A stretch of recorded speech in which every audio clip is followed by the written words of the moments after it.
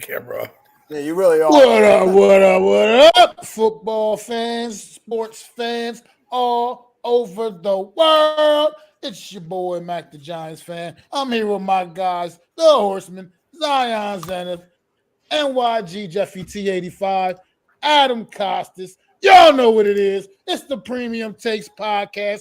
This is going to be an NFL draft special. Let's go!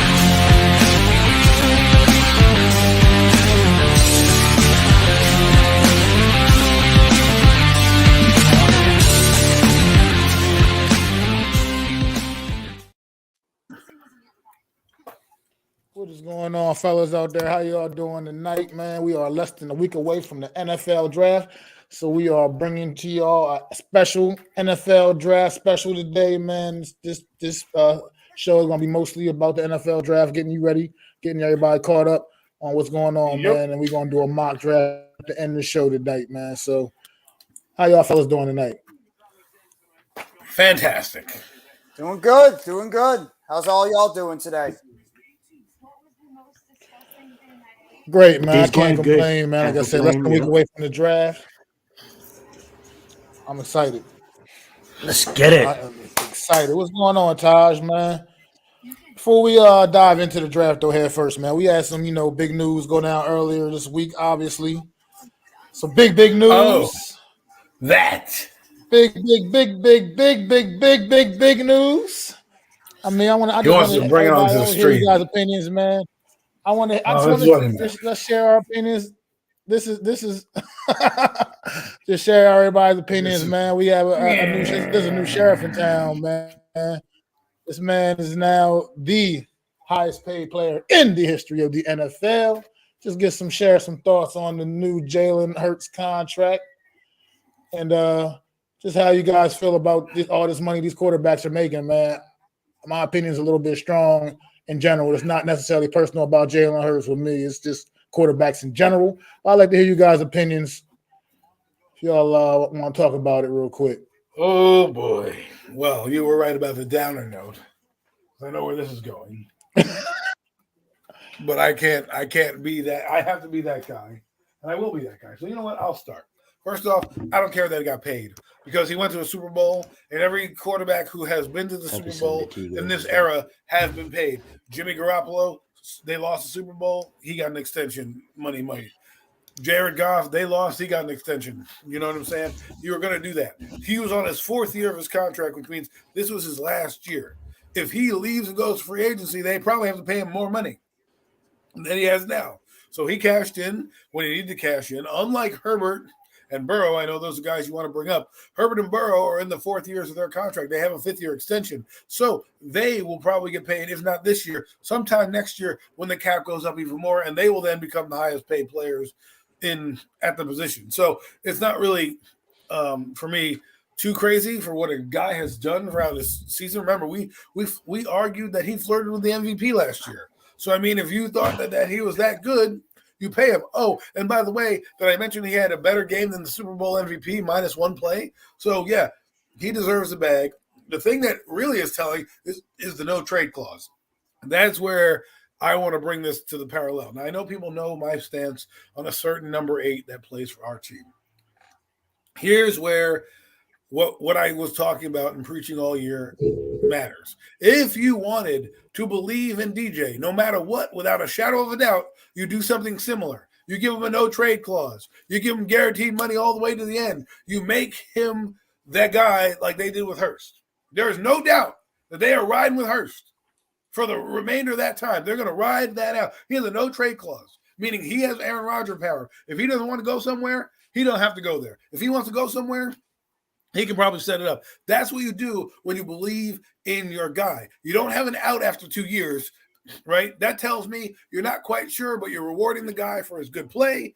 He's not obviously the best at the position, but you have an out in case something better comes along. With the Eagles, this guy, not only did he ascend to the top of the NFC, I guess you could say, in terms of quarterback, he obviously can't beat out Mahomes, but I think he should be the MVP, should be the most valuable player on your team, not necessarily in the league. But anyways, if you're going to pay him, well then, you get the fifth-year option and the no trade. That's why I'm telling you guys, you can argue all you want. This is why I believe if you have a franchise guy, you pay him the way that the Eagles paid him. You give him the no trade clause, you give him the 5 years, you make him the highest paid player, and now you tell the NFL, what are you going to do? Most definitely, most definitely. I would like to. Isaiah, I I'm like. sure you got an opinion on it. Yeah, I do. I just don't like it. I don't like it. I like the facts that Adam. I did think Adam talked facts, and I do like Adam's points. But as far as like a organization, like don't get me wrong. Like let's just say I wasn't a Giants fan. I'm still looking at this the same way.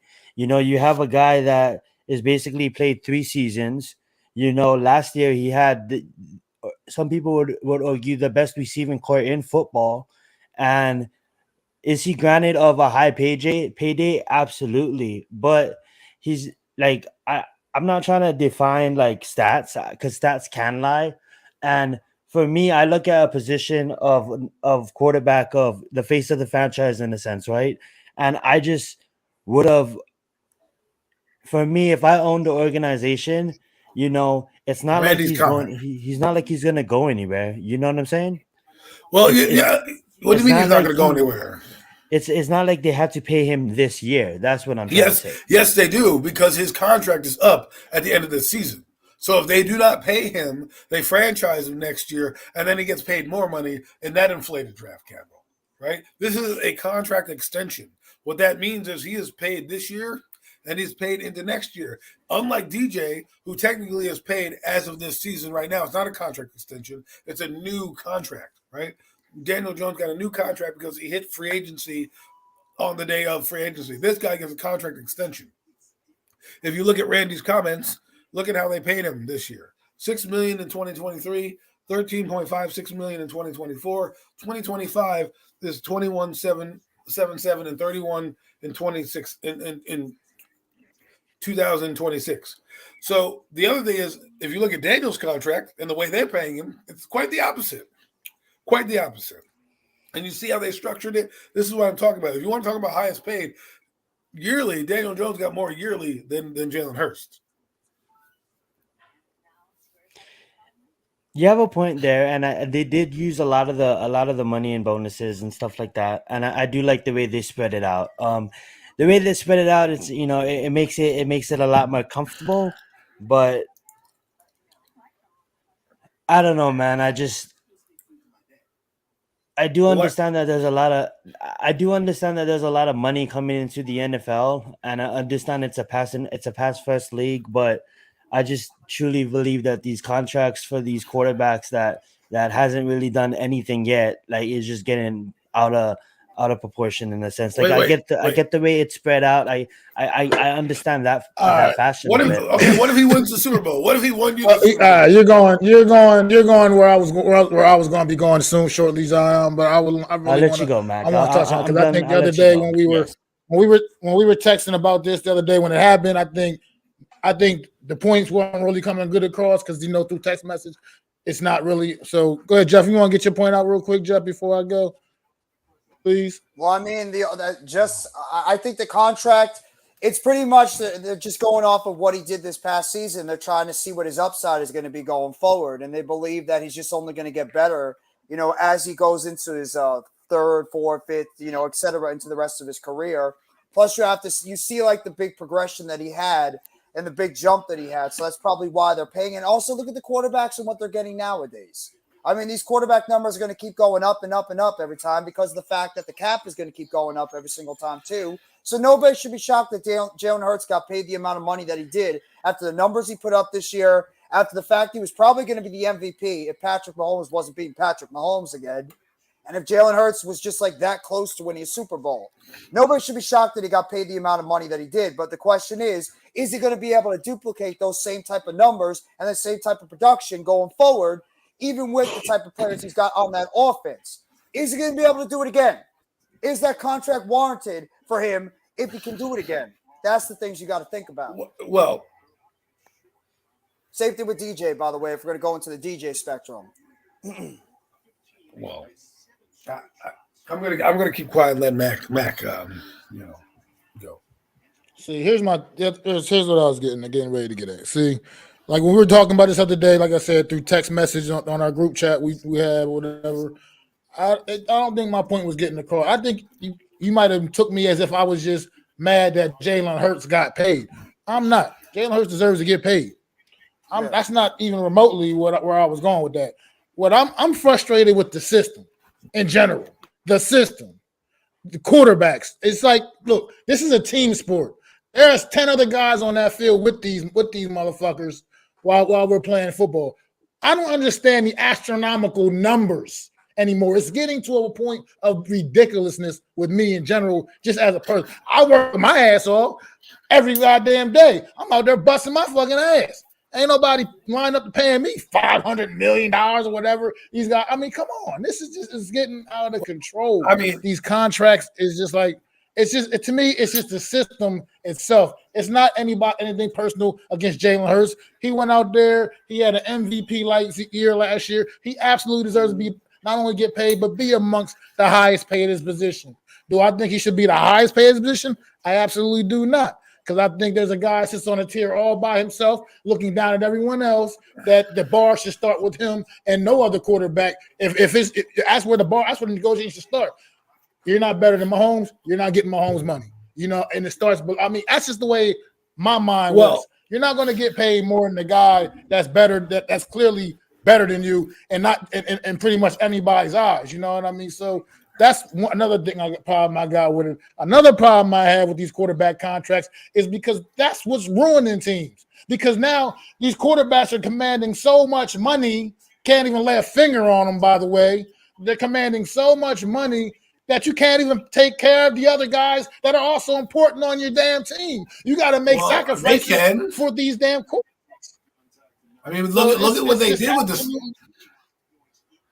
Look what they do with the contract, though, man. It's not that, like, I get what you're saying, and I see it, but don't they pay pitchers a lot of money in baseball? I mean, come on, this is what the going rate is for the quarterbacks, and it's only going to get better. And that's what, I mean, we complain, but this is what you talk about when you talk about a franchise guy. Are you willing to drop that kind of coin on a guy, no holds barred? That's why it's interesting to see a guy like Daniel Jones, who we all believe is average, get an average contract, right? Everyone's like, oh, this is going to be a great deal in a few years. But you know what that means? They're not going to be on the upper echelon. You pay these guys because you believe in these guys. Burrow's going to get paid. He's going to get paid a lot of money. We're going to sit here and have the same conversation. So is Justin Herbert. It's just the lay of the land. The NFL's not going to stop it. Why? Because the NFL has put emphasis on the quarterback position. Why do you think we're in a frenzy at the NFL draft of who the top 5 quarterbacks are every year? Those are the gems. Those are the diamonds in the rough that you want to get behind. So the more quarterbacks in the draft, the better the ratings are going to be, because now we have all the drama and intrigue. This is why they made that rookie cap that I was telling Jeff about a couple days ago, because they don't have to pay these guys astronomical coming out the gate. These guys get to earn it in the league. They have to show you that they can do something. Jalen Hurts arguably went from an average quarterback that they were going to run out of town in Philadelphia to now the highest paid player in NFL history, right? At the position. I just want to say this too. I don't know if you're as done with your point, Adam, but I was gonna say that I think we all kind of made good points, and that I do agree with most people and most of you guys, not most of you guys, all of you guys takes, and that's my biggest thing. When you have quarterbacks like a Justin Herbert, like a Joe Burrow, deservedly so of making that kind of money, I ain't shocked. It was the shock value, and you know what? If the Eagles believe that they have a surrounding cast, and he's gonna take them to the promised land, because he took them to the promised land, but they couldn't win the game. If he's gonna take them back there, then truly by all means, he had one bad play in that game. Yeah, it could have gone anybody's way, but by all means, go pay your quarterback, because at the end of the day, it doesn't matter what the outside world thinks. At the end of the day, it's what the Eagles thinks, because it's their organization. And I think we spent about good 15 minutes on this topic. So, Mac, let's hit us with the next one.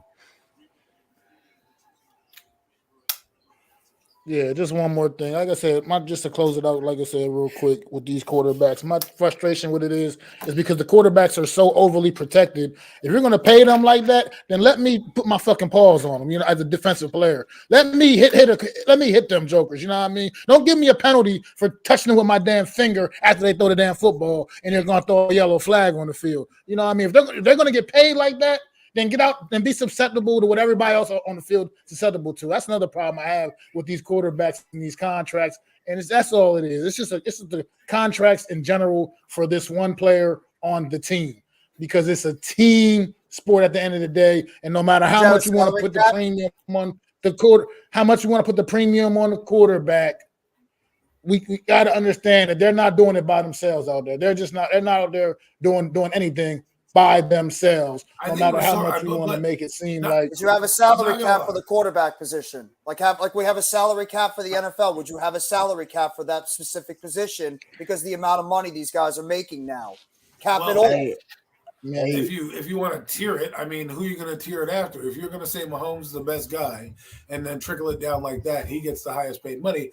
Guys are not going to want to go through that, right? Because agents aren't going to be like, well, my client is the number 10 quarterback on the list. They're going to be like, my guy is number 1. Pay him as such, or somebody else will. They're going to have a free market to do it. The problem with here's the thing. The NFL did this, okay? If you go back in the history, and this is going to lead into our draft talk, the NFL in the mid-'90s had big-time quarterbacks. They were getting lost due to injury, and they didn't have backup quarterbacks, and they were wondering what was happening. So what they did was they made the quarterback insulary. They tried to make him the best position available. Look at 1998 draft. Those two guys are franchise movers, right? Peyton Manning and Ryan Leaf. That's all we think about. So once they've done that, and they realize that you need a franchise guy, and now it can be more than a few teams. Remember, back in the 90s, there was only 2 guys coming out. Remember, Rick Meyer and Drew Bledsoe. Then you had Peyton Manning and Ryan Leaf, right? So you didn't have 4 or 5 quarterbacks coming out. I get what you're saying. There should be a cap, but they're not going to do it because guys like Aaron Rodgers will have earned that. You know what I mean? They're always going to fight for higher money. That's all. And you can't. I mean, I get it, but and the NFLPA would never agree to that either. They would never agree to a quarterback salary cap at all. There would be a fight. They would be fighting about that for years. That's never going to happen. I agree. That's absolutely never going to happen. But I don't know. I'm just, like I said, call me whatever. I'm just frustrated with the system. I think. We agree with you, Mac. You're absolutely right. You're right. It's ridiculous. I think they're part of a team like everybody else, and I just don't. I mean, look, I don't get it. I don't understand. Well, I understand. Look at it every day. That one position, like nothing else. It's like nothing else matters, though. I mean, all that makes it seem like everybody else is just, the rest of you guys are just the subordinates. The quarterback's the only thing that matters. So that's what these contracts make it seem like to me. You still can be the highest paid receiver in the NFL. There's not like guys aren't getting paid in the NFL. Tyreek Hill got paid. Amari Cooper got paid. Guys get paid at their position. Now, if you want to say something, be mad about the NFL draft coming out and the rookie wage scale, because then they push these guys out when they have big contracts. So then they recycle them. The quarterback, you want to be there for a long time, so that's why you're paying him. You're paying him because he is going to be the face of your franchise. He's going to be on every billboard and every stupid PSA and everything. You're making an investment in somebody. The Giants signed Odell Beckham Jr. and traded him 2 weeks later. You know what I'm saying? And they went and paid Golden Tate. They can pay other players. Just what a rookie cap does is, like, for example, if you think that your guy is number 1, Daniel Jones is going to shoot for the moon. The negotiations will never go anywhere. He's like, well, I feel I'm the number 10 quarterback. Yeah, you slot him in at number 11, right? He just makes under the cusp. And I want top 10 money and all this shit. So now you don't have that negotiating power, right? These guys all want to shoot for the moon. Look at Kirk Cousins. He wanted a guaranteed contract. He got it. 6 years, he's already got guaranteed money. So, look, I understand what you're saying about this can hurt a franchise, but that's why you draft a quarterback early in the draft right now, so you can get rid of that guy and move on from him if you need to. I mean, look at Daniel. He's only got 2 years. If they decide, you know what, you're too much money, we want to still build, we'll draft a young guy, and ride his 4 or 5 years out, and he can go get paid somewhere else. Oh, that's going to happen, though, Matt. I hear you, man, but Well, And no, at the end that's of the different. day, man, Jared, it's nothing we say is going to change anything, look, regardless. And this is what it is. It's just going to Dorian be. Lewis, I want to address that comment right there. If your coworkers, look, my coworkers make the same amount of me, right? Yeah, damn right. I'm going to go in there if I think I'm doing a great job and ask for a raise. You know what I'm saying? If they had long in corporate jobs, sometimes they have tiers. You make it this amount, you get this much. If you make it this amount, you get this much. There's the same thing in the NFL. Guys are on a tier system sometimes, you know. No. But if you want to say the whole NFL has a tier system, that's a different story. That's a different story because teams have their own individual caps. They can pay whoever they want. If you're saying to the entire NFL, saying, hey, this is the money we have for quarterbacks, then you can say what you're saying. If your coworker makes the same amount of you. But do you think Jalen Hurts is better than Daniel Jones? If that's the case, why would he take Daniel Jones' money? I'm not going to get into that last comment he just made because we all know that the NFL is crooked with some of the things that they do, including not having these players have guaranteed contracts. But I'm not getting into it. But anyways. Well, all right, fellas. Let's definitely move on now. Finally, one more quick topic. You know, heading into the draft, getting close. A team that was pretty close last year, then getting into the playoffs, came up a little bit short. Looked like they're definitely on the uprise, but yet just earlier this week hit with a little bit more controversy, man. They're talking about the Detroit Lions and a couple of their players, man, caught up in this gambling thing, man, suspended now too. Also, Jamison Williams, who missed most of last season as rookie year as it was, very promising wide receiver, is now going to be suspended once again for pretty much half the damn season again because he's also gotten himself in trouble violating the league's gambling policy. Him and amongst a few other players, a couple of guys from the Washington Commanders as well. How do you guys see what's wrong with the problem with these young guys, man? Why they can't seem to keep their nose clean and do the right thing, man? You got to know better than to be like, you know, the league is cut and dry. You can't gamble on sports, period, let alone the NFL. I mean, some of these guys, Jamison Williams wasn't one of the ones gambling on NFL games, but still just the gambling in period. Well, I can't be mad at them if you have a team in Las Vegas, okay? You brought a team to Sin City and expect them not to be able to do that. Now, if they're betting on baseball, why the hell do I care if he's betting on baseball? If they're betting on the NBA, why do I care? It's not a conflict of interest. You want to bet on NFL games like Calvin Ridley did against his own teams and stuff? Okay, I hear you on that. That would be the company policy where I'm like, yeah, we frown upon that. He or she has no effect on the game of baseball if he's sitting there as a patron like you and me. He has none. He doesn't. Know why? Because that's not his sport. So I don't care what he does with his money. Now, if you're telling me you can't gamble on the NFL and his dumb ass turns around and says, I'm going to freaking bet on the Raiders winning this week, even though I'm out of the game or whatever, yeah, that can compromise the game. Betting sport. They're penalizing Jamison because they want to make gambling bad for everybody.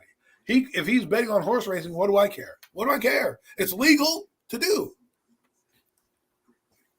I agree. I think if you're in a legal place and gambling's legal, poker, blackjack, any sport that you don't play, I mean, like, I don't see the problem with it. I also don't see the problem with, yeah,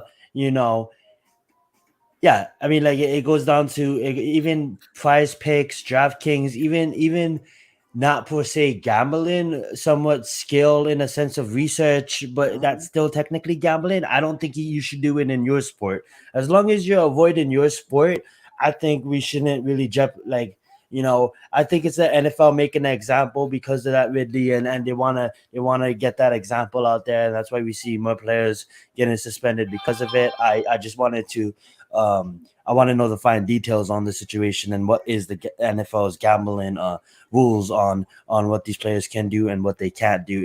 If Adam said it perfectly, if James is out there gambling on horse racing or basketball, like I could give two Fs. You know what I'm saying? Well, apparently he gambled on college football, I believe. That's what happened with Jamison Williams and why he only got the 6-game suspension, while I believe some of the other guys were betting on NFL games. I mean, two of the Lions got suspended indefinitely, and they got cut immediately from their team. Right, because on the NFL. All right. On the NFL. But at the same time, you're talking about a sport that is in bed with gambling. Isn't that a little bit hypocritical if you think about it? You can't bet on the sport, but your sport is in bed with gambling. Isn't that a little funny? I mean, it's Ain't that an it doesn't work oxymoron? that way. Exactly. Mhm. So in a way, it's like the NFL is trying to punish these kids for betting on the sport, but yet you're in bed with DraftKings and FanDuel and all these different betting sites.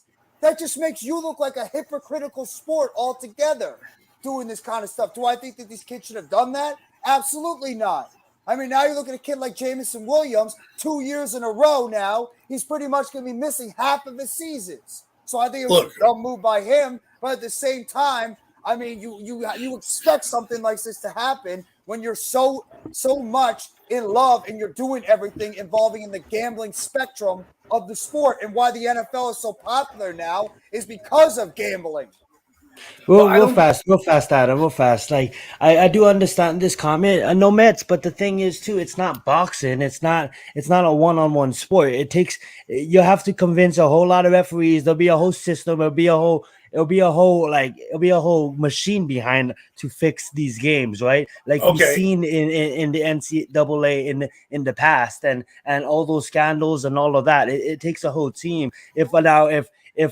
If a case comes out and FBI is involved and a bunch of NFL players are scheming to fix games, and we have ourselves a whole other legal issue. But I just don't think that you can. It'll be a lot to fix a sport. So you're getting mad at a kid for gambling on college football. He's not even in the team. You want to make it seem like this guy has this elaborate scheme that he's going to bet on these games because he knows all these players and he's going to pay them all off. Give me a break. I mean, let's be real. The kid's gambling, fine, he's gambling. Now, if you want to tell me that he's going to get in bed with some bad people, that he's going to have to fix a game, well, then that's something you'll figure out later. You know what I mean? But gambling on his game, that's one thing. Gambling on just because you want to gamble for horse racing, that's on you. Okay? What the NFL, but Jeff's right. How are you gonna talk out both sides of your mouth? You're gonna say, well, gambling's bad, yet we're going to use you for gambling. We're going to use you for gambling. Every day there's a lineup you have to set for DraftKings and whatever other draft entity there is. So if you want to talk about the grand scheme of things, don't bring gambling into your sport. You won't have any problems. These guys can go do whatever. I mean, Michael Jordan gambled. Was anybody complaining about him? Charles Barkley gambled. Nope. I mean, that's what these guys do. But if he's if he's on his team, I get it. If it's in the NFL. Here's the difference, though. You sign these contracts, and these clauses are in your contract. So it's just like pretty much that pretty much does make it black and white right there. Hey, look, they didn't put a gun to your head and said you got to sign this contract and agree with these terms. You did that. I mean, you put your name, you put pen to paper. You put pen to paper and accepted to get paid from them. And I hear what you're saying. It's the rules. The NFL has their little. It's so I get with everything y'all are saying. It's like but at the end of the day, safety, these guys put their names on those contracts. It's like the Josh Gordon thing with his weed issue a few years ago, whatever. Well, not it's his ongoing weed saga. It's like that. You put pen to paper. You know you're going to get piss test. It is what it is. Stop smoking weed, or at least find a way to cover it up when you got to take those damn piss tests. Right. Same thing with this gambling thing. You put your name on that contract. It's a clause in the contract. They drink all the time and party all day, every day, and guys come in drunk. Are they have the same policy as that? I'm just saying, if a guy comes in hammered the next day and he's drunk off his ass because he went out and had a bender last night and he can't play because he's sick now, that could be the same fucking thing. They're not going to, you went on. No, they're just going to accept that he has a drinking problem, try to send him to rehab, and on your merry way.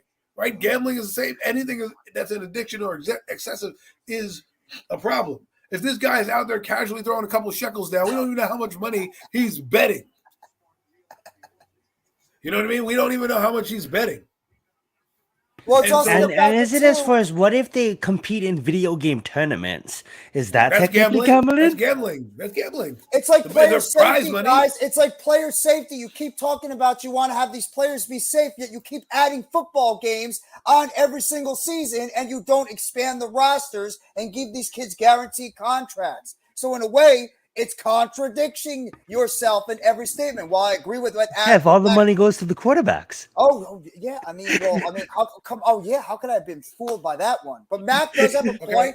Mac does have a point in a way that if obviously what you sign is part of your contract and you have to abide by that contract, but at the same time, you can't dismiss the hypocrisy with the NFL, with some of the ass backwards things that they do with player safety, with, these gambling stuff that they do. It just makes the NFL look bad in a way all over in terms of the business side of it. But we get why they do the business side of it, because when you're making the amount of money that they're making, how could you not take advantage of it?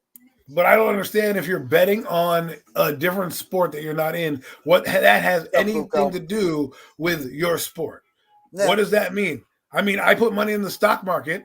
That's gambling as well. I get insider trading. Nobody cares about that shit. You know what I mean? It's like, you're telling me, oh, well, you can't gamble, but we're going to use your name. If you said to me, well, the NFL, you can't gamble while you're on property and while you're a part of an NFL team, you can't gamble on the NFL, fine. But if you're telling me you can't gamble on everything else, then just tell them then they can't drink, right? Can't drink. Why not? Take every liberty away from them as just regular people.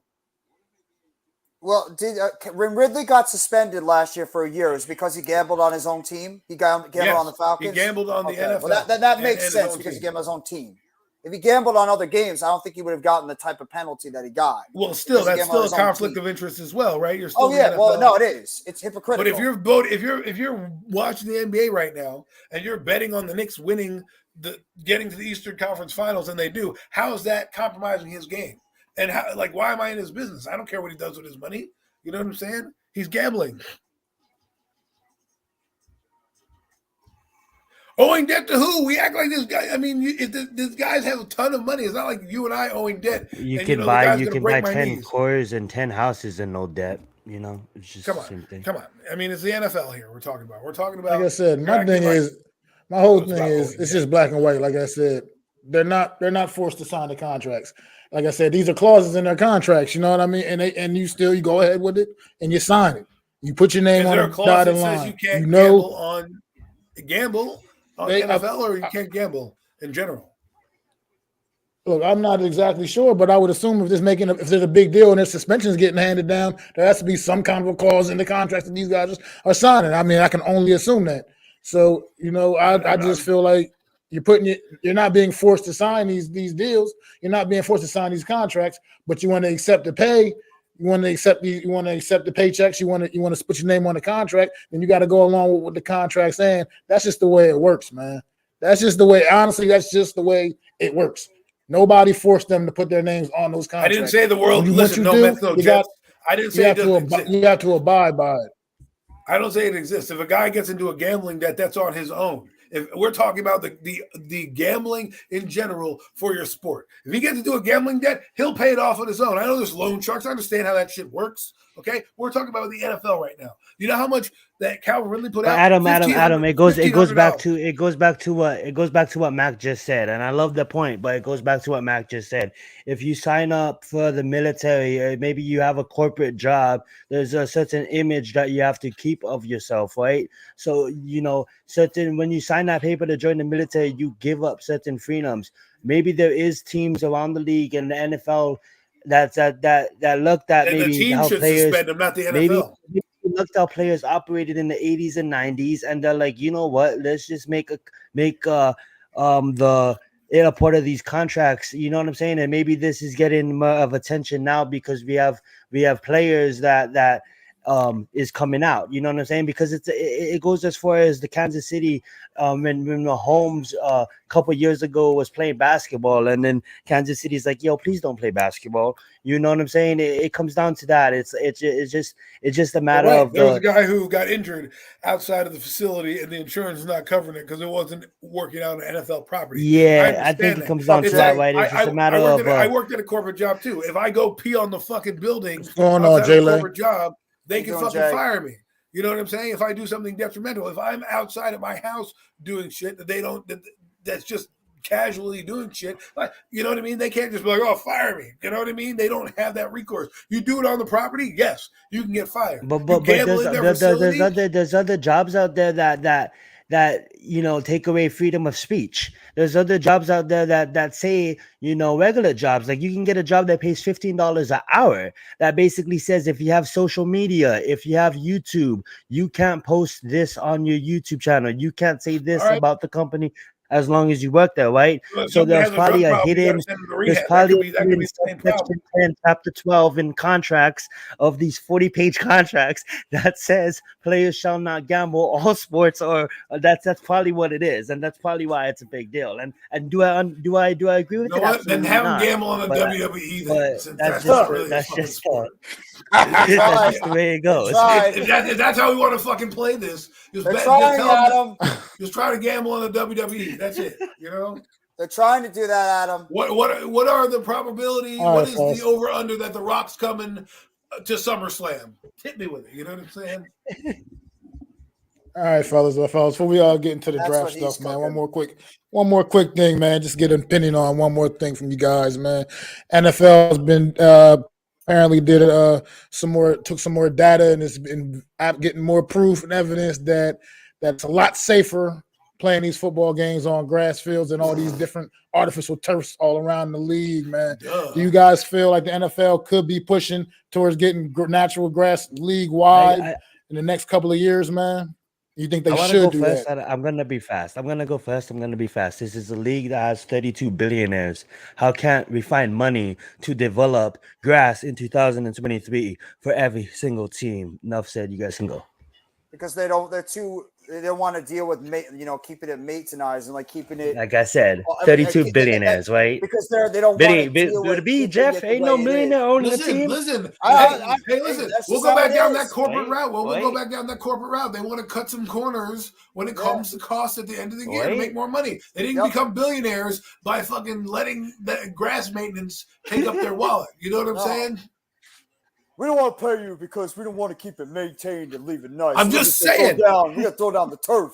I mean, the Giants just put in new synthetic grass turf. It's still fucking turf. Yeah. You know why? Because they water it. They do the same maintenance anyways. It's still fucking turf. You can go out there and mow it all you want and say, oh, look at the grass I just mowed. Nothing's going to be in your friggin' bag. Okay? How many more Nothing. knees do we have to see get blown out on that damn turf before we start realizing we need to get some natural grass out there on that damn field?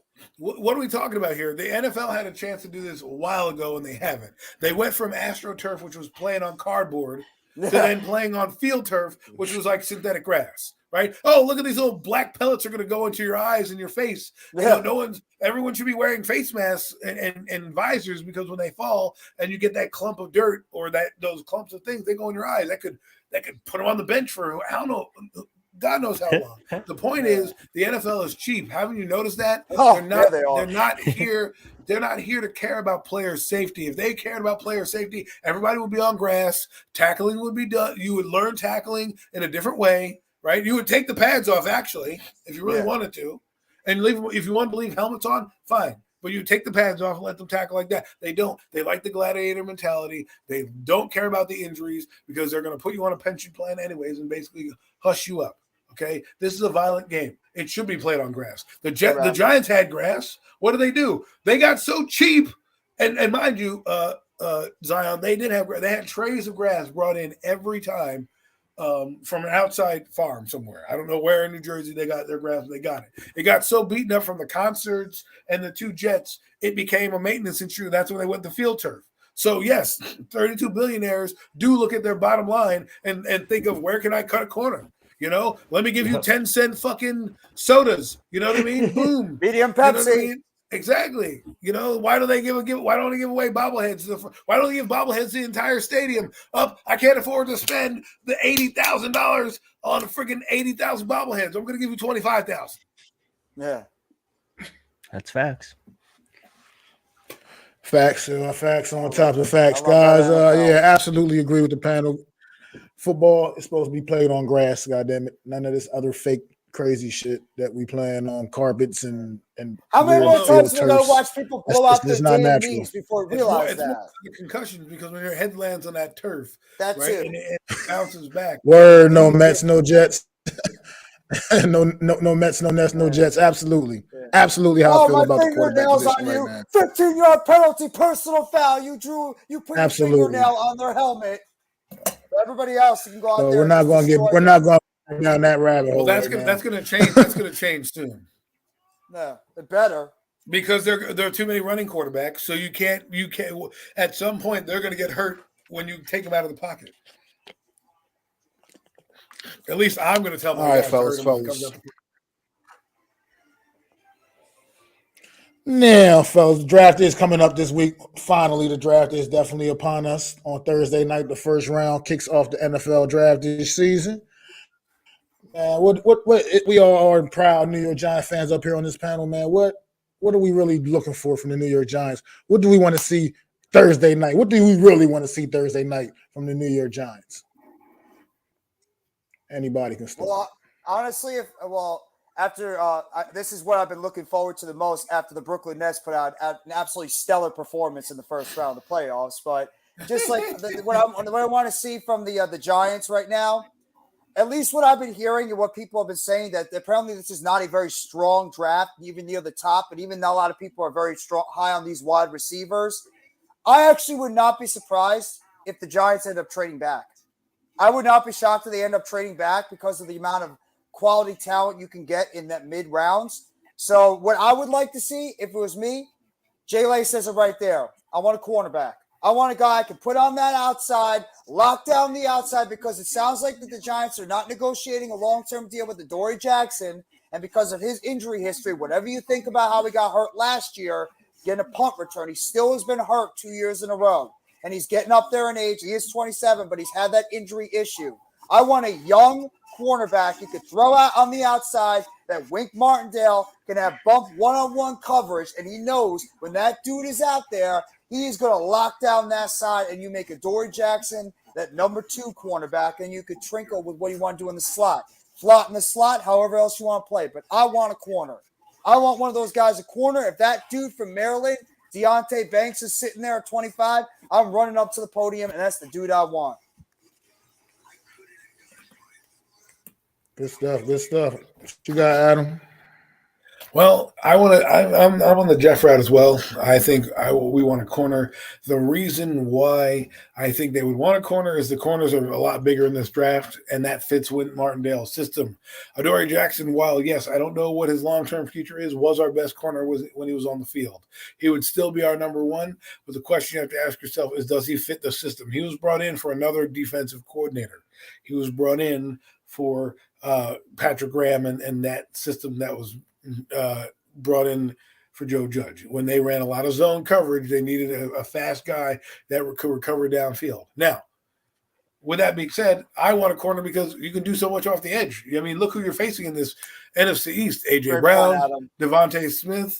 You know, you're facing Terry McLaurin, Josh Dotson. You know, and that's not to mention the Cowboys with CeeDee Lamb and Brandon Cooks. You know, and Michael Gallup. So we need to cover those guys all over the field, and you can never have too many good cover corners. And I think it's harder to find corners later in the draft than it is like a wide receiver, tight end, or any other position, because they're kind of a rare breed.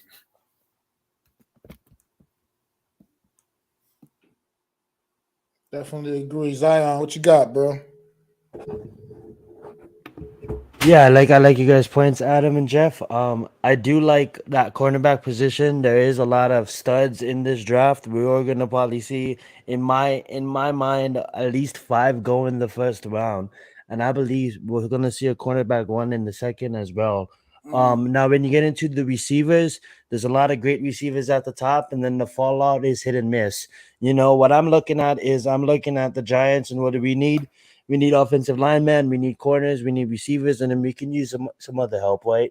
But that being said, I'm still for, and I think Adam and Jeff answer that question perfectly. And I think they believe the same thing as I do, is the best available player. I think they're leading more cornerback, which makes sense. And I look at how much picks we have, and what Jeff said, thought of me watching the Joe interview, and what even Joe said himself. Like, I wouldn't be surprised if we sacrifice some of these picks later on to move up, whether get back in the third or back in the fourth. You know what I'm saying? Good and point. if that's being said, I want to see what receivers get taken, because there is a lot of taller receivers in this class that can go Thank you. before we pick again in the second and the third. But in my mind, I do see some cornerbacks that can still be here in the second and the third that this team could benefit from. I don't wanna totally neglect the offensive interior line as well. But what I'm gonna say is I want to see that one of the tall receivers. If any receiver goes 6'1" and 6 feet, I want to see if they go. If there's one available, I say we take them. I say we take them because of the fact that drafts don't really work out in a sense of we're probably gonna see about 18 people in the first round bust or more. And I just feel that with our depth, I'm comfortable on defense in the sense of I feel more comfortable on defense side of the ball. Then I still think that we still do need a true number one receiver.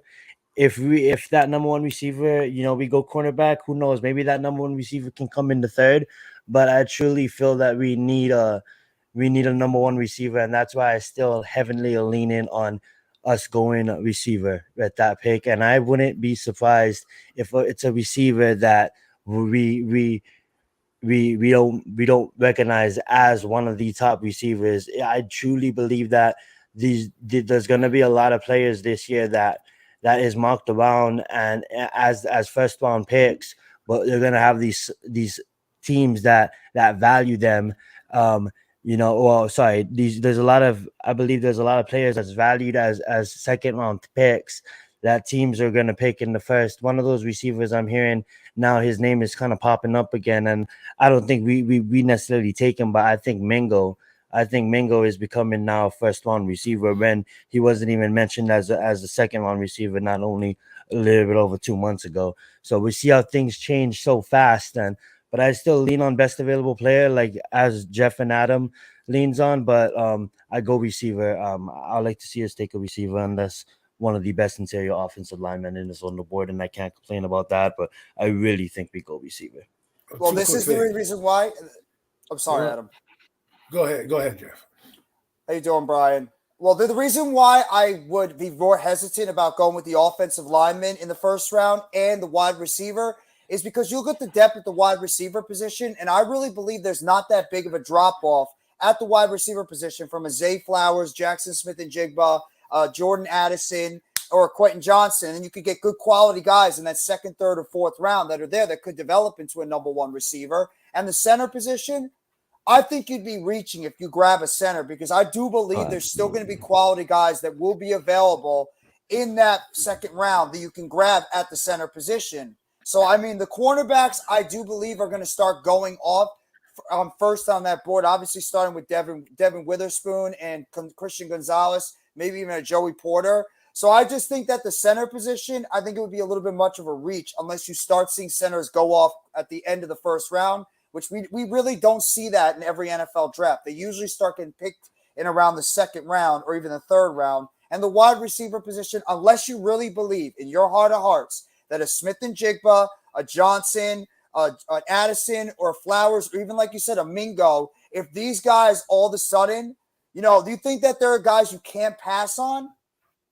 Then obviously you take them. But I just believe that cornerback is just that's a position I believe is going to start going off earlier on the board. And you got to take advantage of getting one of those top guys when they're there. Well, quickly, the good thing about corners coming off the board means there's going to be a plethora of other guys who are highly rated in your position, right? You look at it like this: if you have your board and you draft your guys, the more that get taken at a guy that you like, let's say Quentin Johnson, the more corners that get taken, the further he gets pushed down, the likelihood of you trading up goes up and down. Now, you can do what some people do, and that's look at the depth in terms of, like, for example, the edge rusher position. I can see them taking an edge rusher at this position if they wanted to. Glad you brought that up. It's a good point. Double it up. However, the edge position is really deep in this draft. Maybe that's not where you go. Maybe you want to go for a receiver at the top of the draft because, hey, I'm not going to get the chance to get an Addison here.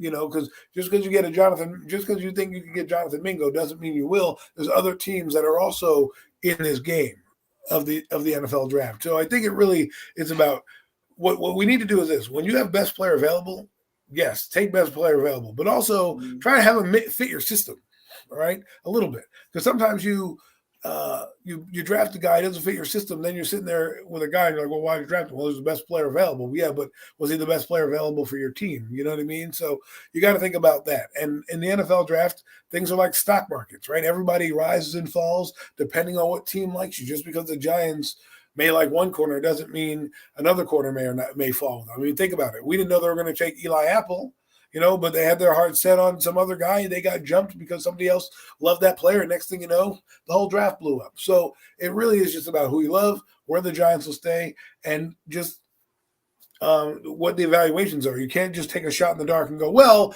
we're going to get this defensive end is deep. You take your defensive end now. If that's the guy you like, take him now. You agree with this point by Miz that he says trade back and get more picks?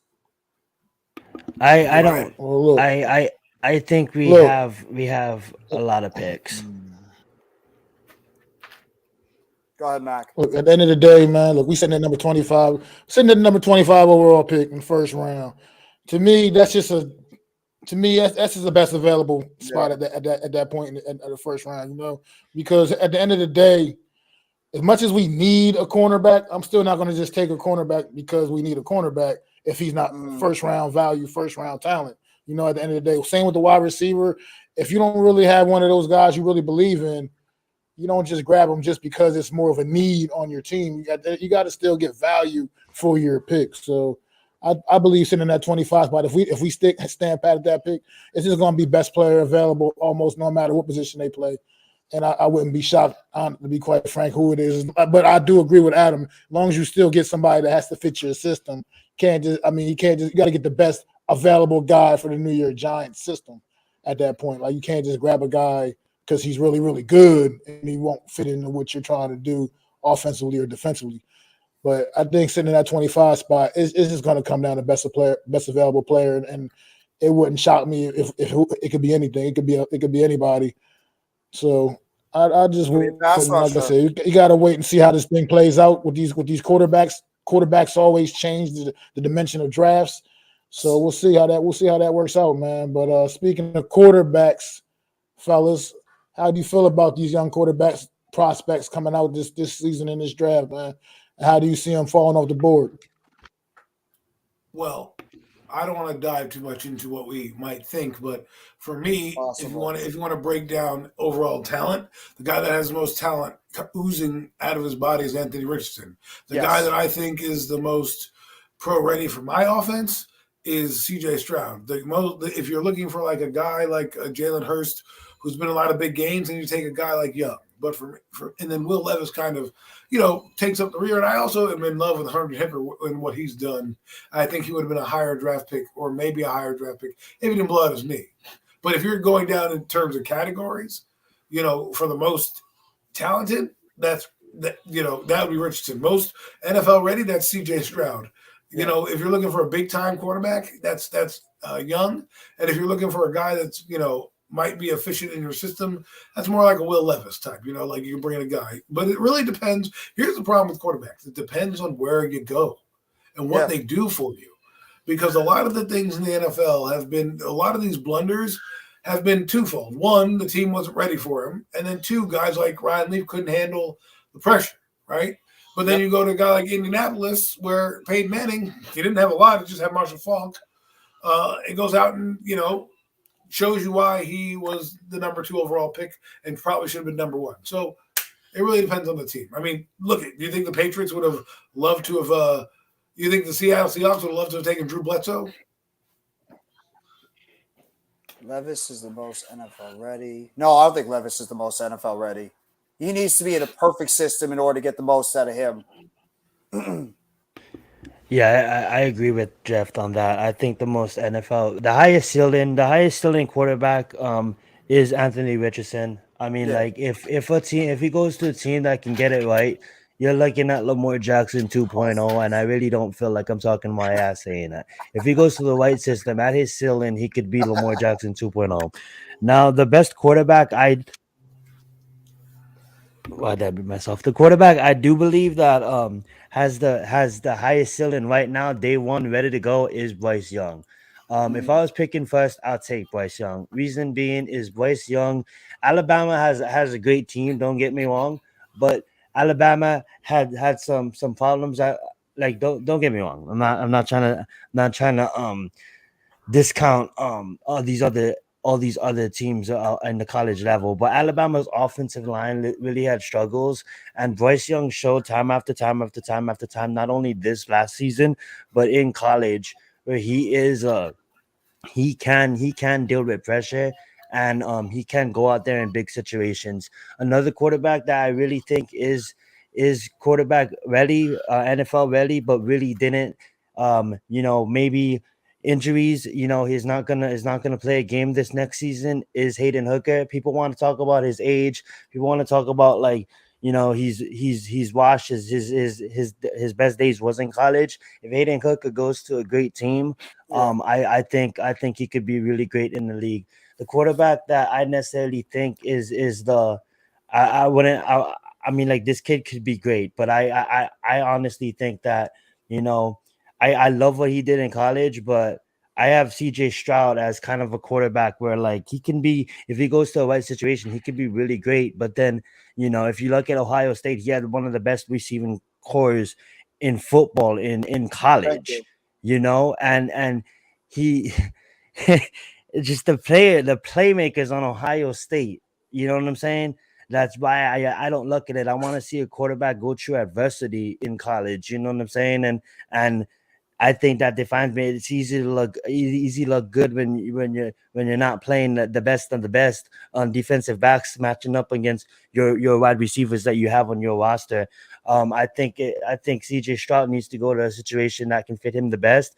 If he goes to a shitty situation, I don't really know my thoughts on CJ Stroud yet. I think on paper and on tape it looks really, really, really, really great, but let's see him in a situation where it's like maybe like a Daniel Jones situation where you go to a team and you don't have everything, all the white points around you. You know what I'm saying? I think if you take Bryce Young, on the team, I think Bryce Young could have a better opportunity of playing with a bad situation. But I do think that CJ Stroud is ready to play right now more than Anthony Richardson. I do think that. I think CJ Stroud is ready to play right now more than Anthony Richardson, but I do think Anthony Richardson has the highest ceiling. But Bryce Young is definitely my favorite quarterback out of the bunch. Uh, I don't know, Brian, if you're asking if we should take Michael Mayer from Notre Dame, or if you're saying who has the best chance to take Michael Mayer out of Notre Dame. And I'm going to say this: would Well, he's any of you falling guys out of be? the first round in most mocks.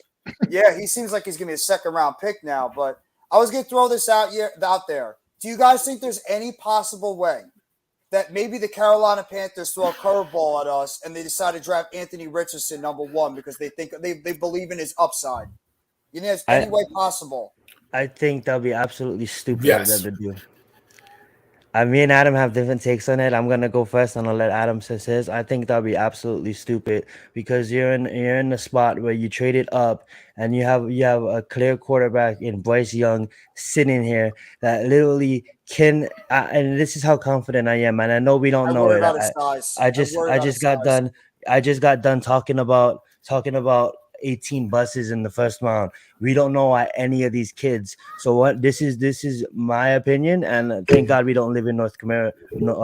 North Korea, and I can have one. I truly believe that if Carolina goes and drafts Bryce Young, they have an opportunity to win the division this year. I don't feel the same thing. I don't feel the same thing if they draft Anthony Richardson.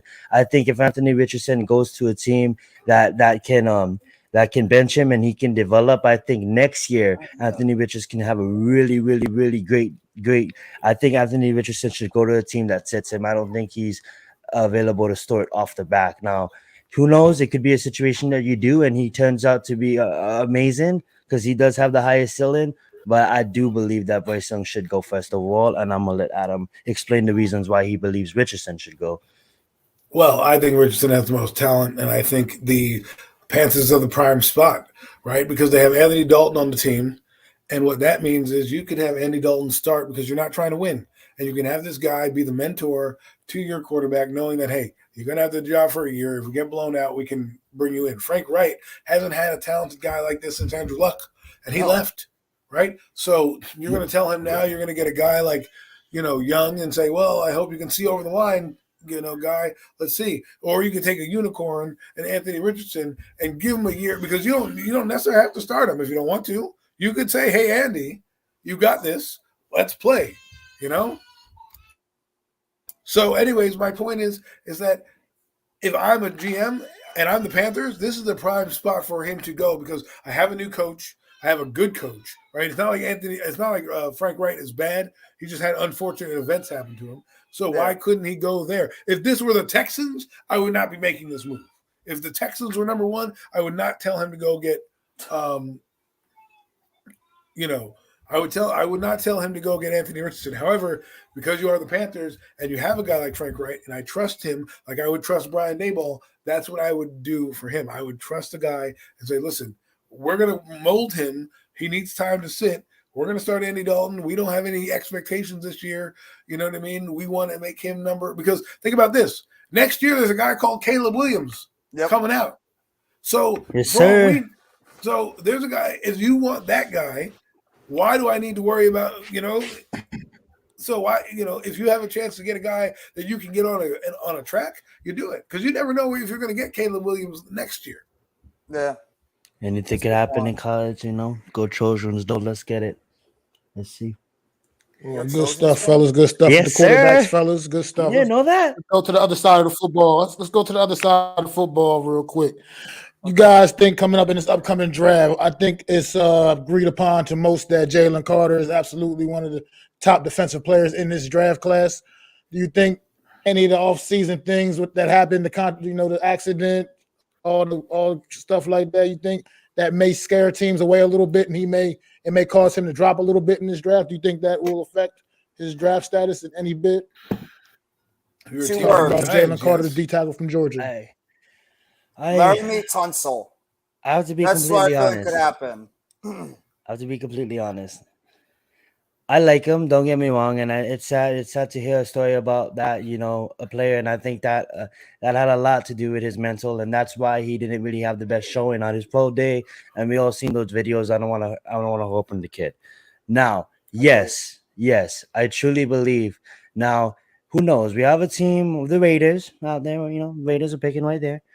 I don't know if he goes past the Raiders. Really, I really don't know if he goes past the Raiders. Bookends. But I truly believe that teams are gonna let me just say this. If he gets past the Raiders and Atlanta, he has an opportunity to fall into high teens.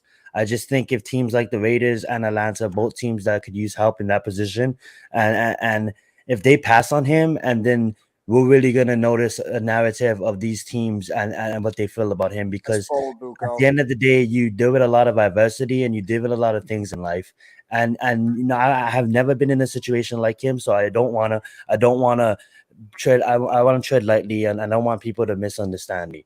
But in the NFL, life is gonna hit you and gonna hit you and gonna hit you and gonna hit you, and then you still gotta wake up on Sundays. And you still gotta go wake up, and you still gotta train. There's no excuses why you are the top level recruit. Could have gone top 3. You could have gone before your other comrade. But yet, Will Anderson, you could have gone before him. But yet, Will Anderson would now probably go before you, and deservedly so of. And what does it show teams? They teams are not gonna feel sorry for you when you show up and you can't even get through a basic workout at your damn program. What does that show teams? Where your motivation is at? I understand. I want to tread lightly, but life is gonna hit you when you're an NFL player. I know you're just not gonna show up. You know what I'm saying? That's the thing. I look at it, and that's the only reason why I truly believe that teams might, if he gets past Atlanta and Oakland, he might fall. Well, think of it like this. There's a rookie wage scale for a reason. You can also put in his contract, like you were saying, if you can't gamble, well, you can't do, you need to show up a certain time for pro days. You need to show up this many times to get this much money and this bonus. I mean, let's be real. This is what we do here. You can mitigate against disaster nowadays better than you could in the mid-90s and even in the mid-2000s because of these small contracts that we sign. So I like to touch on this comment outside of. to me, I look at it like this. There's going to be somebody out there that's going to ooze his talent. We don't know how much gamesmanship there's going on right now. We don't know what's going on. If someone's sitting in that room banging on the table, says, I get me this guy, our defense will be top 5 defense, he's going to go. He was the consensus number 1 defensive player going in. Obviously, the combine, a lot of stuff has happened so far. But look, players have had things happen in going into the combine that has dropped them a bit, but doesn't, teams will take a risk. He better not drop because you know who's lurking around that area in near the top 10 if he drops, and you know who would definitely love to have that player next to Jordan Davis on that defense, and that's the Philadelphia Eagles. Because there have been a lot of talks that kid starts dropping. Would you be shocked if the Eagles trade up a couple of spots to get that kid and you put him next to Jordan Davis for the next 10 years on that defense? Do I think he's one of the best defensive players on that defense? Absolutely. I think he's one of the best guys coming out. I think it's just a whole bunch of nothing that's been thrown out there. I mean, obviously we saw the Laramie Tunsil situation that played out. The kid was caught with a bong on his mouth, and he ended up dropping somehow to Houston. And all these people decided to pass on him because of that.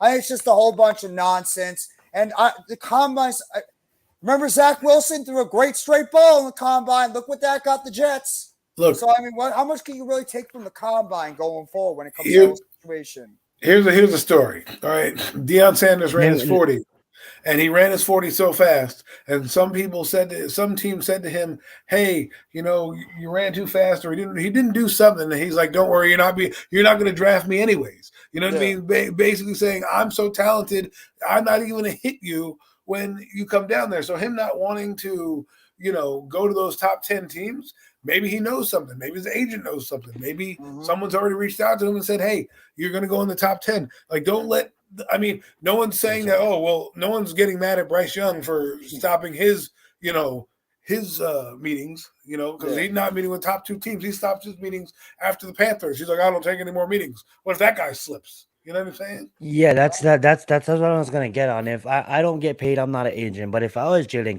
Carter's agent, I am not. If these teams are calling me and be like, yo, can we see you want him to fly here and fly there? And I'll be like, hold up, let me see what you pick. You pick 18th. My client is not gonna be there. Sorry, I had to cough. My client is not going to be there 18th. Why should I waste my client's job is to prepare for the NFL draft. My client's not going to be there. Are you really interested in trading up for my client? If they be like, yeah, I really, really interested in the trading up, then we have a long conversation. But other than that, I'm hanging up the phone because guess why? The last time I checked and I looked at film, this guy is clearly the best prospect coming out in the draft this year. No matter what the combine, no matter what the pro day, or no matter what he loves outside of football. Bro, we know he can go number 3 to the Cardinals. That's a great point. Yeah, me personally, I take Anderson over him, but I just look at it as his agent. I'm not flying this guy all around this country, and this kid needs to be working out because the last time I checked, he had teams are developing a narrative. I used it in my previous take. And I'm not gonna have my client fly all around the country when he needs to be working out. So if you're a top 10 team and you're really serious about him, if you want to trade up and you're really serious about him, then go right ahead. But outside of that, I'm not letting these teams outside of the top 10 fly my client for a workout just because they think he's going to be there. Just because they don't bring him in doesn't mean they're not going to draft him. There have been so many guys who've exactly been brought in by a team who've been drafted on tape, i.e. Daniel Jones. They didn't bring him in for any workouts. They went to the Senior Bowl and were like, "Oh, let's get this guy." You know what I mean? Things change, people change. Tape don't lie. I guarantee you, if Dave Gettleman were on this team and we were in the top 10, Jalen Carter would probably be a New York Giant. Well, all right. all right. What do you think? What do you think, Mac? What do you think about it? I mean, I think NFL can be finicky sometimes, man. And right now, I don't know what to think. I mean, I have to wait and see. But it wouldn't stun me if somehow this guy tumbled down the board and that was the big reason why. It just wouldn't. I've seen, like you said, when you brought Laramie Tunsil, what has he done? There's been other guys too. I mean, he was involved in some type of thing that happened in college, I believe. had the accident. He was, drag racing or whatever, and He's he talking had an about Carter. accident. Carter. Couple, Carter. couple, There you go. You got the story. a couple people were killed. Yeah. So Yeah, he was just street racing. Exactly. He So was what is street it? racing. What's the point? Friend, What is yeah. it? What's the point? It's the same thing. I don't want to talk to you. You're not going to be drafting me anyways. Why am I going to go waste my time with a team below top 10? Yeah, that's exactly what it is. That made me feel better, no Mets. I mean, his talent. He's definitely, to me, should be a top 5 pick easily with the Yes. talent. So we'll see how it goes, man. We'll see how it works out. But speaking of the talent, I want to know from you guys right now, man. Go around the panel, fellas. Who do you see as like a potential, like absolute steal, like potential steal of the first round? Who do you think could be that guy that could really be like a really, really great pick for somebody that might not be getting talked about as much as some of these other top guys are? Could be that sneaky good pick for somebody. I'm gonna say Skaronski, the offensive lineman. I think that kid is going to be a top. I think the kid's going to be a stud at the offensive line position. And if somebody like the Jets, who's obviously bringing in Rodgers, you could get that kid in that first round, and you could just put him at that left tackle position. I think that kid could be a left tackle for the next 5, 10, 15 years. I really feel strongly that kid is going to be a top of the line offensive tackle moving forward. So yeah, I'm going with Skaronski. I'm gonna go with Dante Kincaid out of Utah, tight end. I think he's the best tight end coming out. I understand there's a lot of good ones. I just think he has the highest ceiling. I think we're looking like another. I'm not just gonna names. I understand what these players have done, but I think we're looking at a Travis Kelce or George Kittle type figure here. I think he probably will be. I think teams are marking him to be the first tight end off the board. I know Murphy's good too, but at the end of the day, I honestly think Kincaid is probably going to be taken in the late teens, early 20s, and whatever team he goes to can have a tight end easily at his ceiling, can be putting up over 800 yards for that offense. And I wouldn't be surprised if everybody wants to talk about these receivers and stuff like that. I think there is better tight ends at the top, and I wouldn't be surprised if Kincaid finishes with more yards than most of these top wide receivers. Because if he goes to a white team, I think you can get a steal with taking Kincaid. Buko agrees with you too, by the way. Absolutely, beast. I like two guys. I wouldn't be surprised if Osiris Torrance, Osiris Torrance, if he ends up being the best lineman in the draft when it's all said and done. And I also like Drew Saunders. I think he's going to bring a lot of physicality to whatever team he goes to.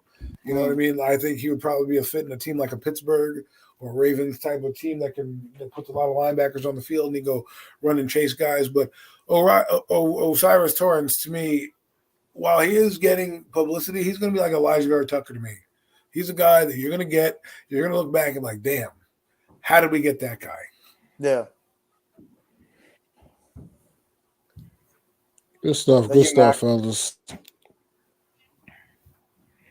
I mean, I don't really know the prospects as well as y'all do, so that's why I was just letting y'all figure that out. I wouldn't have any really idea who could be that good surprise player like that. Like I said, I'm only really familiar with the top guys personally, which means I don't really know much about the guys that you want to look at a surprise sleeper, but out of the wide receiver position will be Michael Wilson out of Stanford.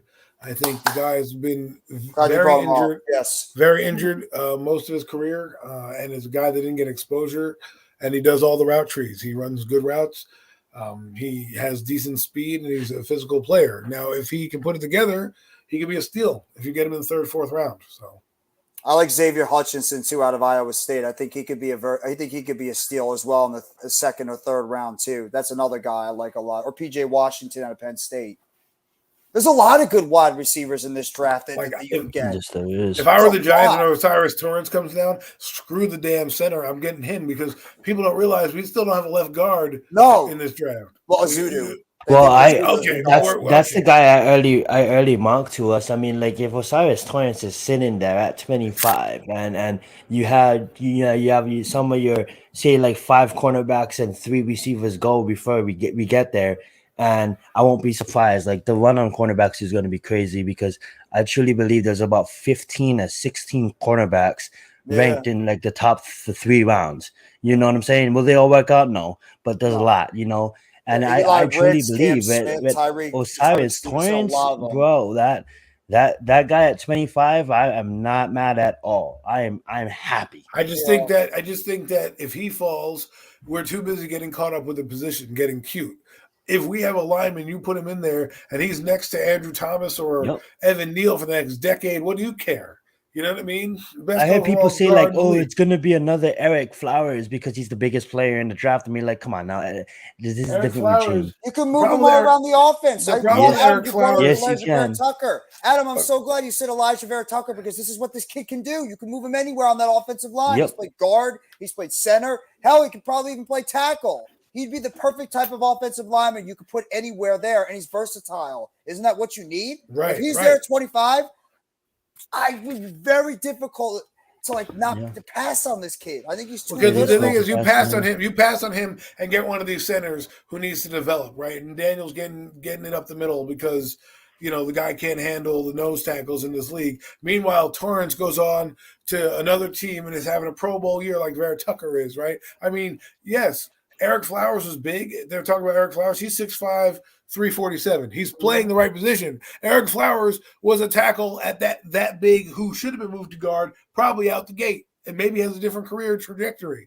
The Giants drafted him top 15 and kept putting a round peg into a square hole, or whatever that shit is, square peg, round hole, right? Where they're just like, you need to do this, you need to do this. What do the Commanders do? They're like, all right, man, move inside. For you, man. So, and I don't know about you guys, but I have Osiris Torrance ranked as my only first round graded guard. True guard. My only first round rated guard. I have Nick Rozier, I believe, out of Ole Miss. I have him marked like in the second. Like, I think even if Osiris, if for every miracle, like say like a great receiver falls or one of these top cornerbacks falls and we take them, Osiris, I don't even think at that Osiris makes it out of the first. I think a team after us will grab him. Well, the thing is another one. If people Earl, I'm sorry, real quick. Let me answer this question for Earl real quick.